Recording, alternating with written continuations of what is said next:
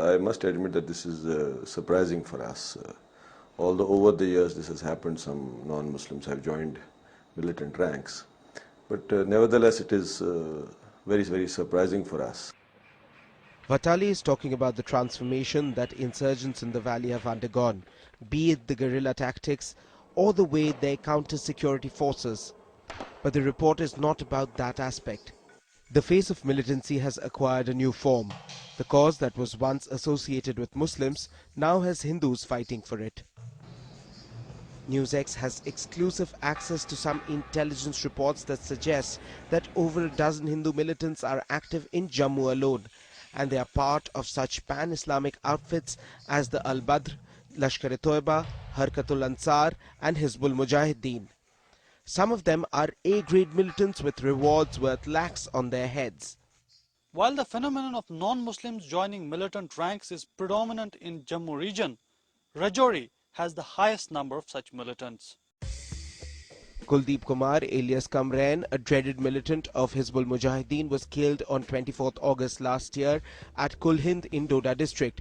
Similarly, Uttam Kumar alias Saifullah of Hizbul Mujahideen was killed in an encounter in Tuaran on August 8, 2005.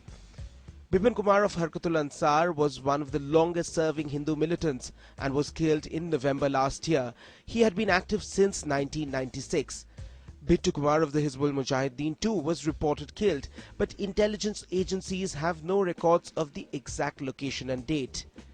There are dozens of militants currently in the Lashkar-e-Toiba, Al-Badr and Hizbul Mujahideen ranks using different codes. Shams Lal now is Shamsuddin. Kishan Lal is an active part of the LET and Kripal Singh is a top gun of Al-Badr. What one fails to understand is what made these men espouse a cause their community does not identify with. They can't possibly have an ideology, the way other Muslim these militants have.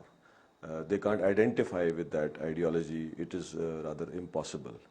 But then, since it's a fact, they're there, so there must be some reasons. Senior security officials say that militancy is fast turning into an industry. Loads of money and unbridled power coupled with macho power characterizes insurgency in far-flung areas. This clearly acts as a magnet for these young men, even if they cannot justify it ideologically. But what about the families that these young men leave behind? They have had to face the indifference of their community.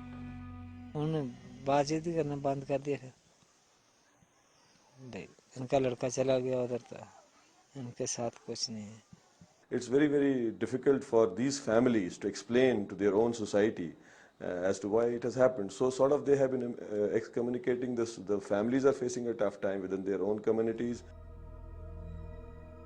Many of them have not been heard from in recent times, but over the last few years the induction of Hindu men has slowed down, fueling hope for many families that their sons will return home soon. 12 years ago, Shamlal became one of the first Hindus to join militant ranks. While these 12 years saw the life of his family change completely, one thing that has not changed at all is the hope that one day Sham would return home. With video journalist Ijaz Ahmad, Suhail Bukhari, Budhal Rajouri, NewsX.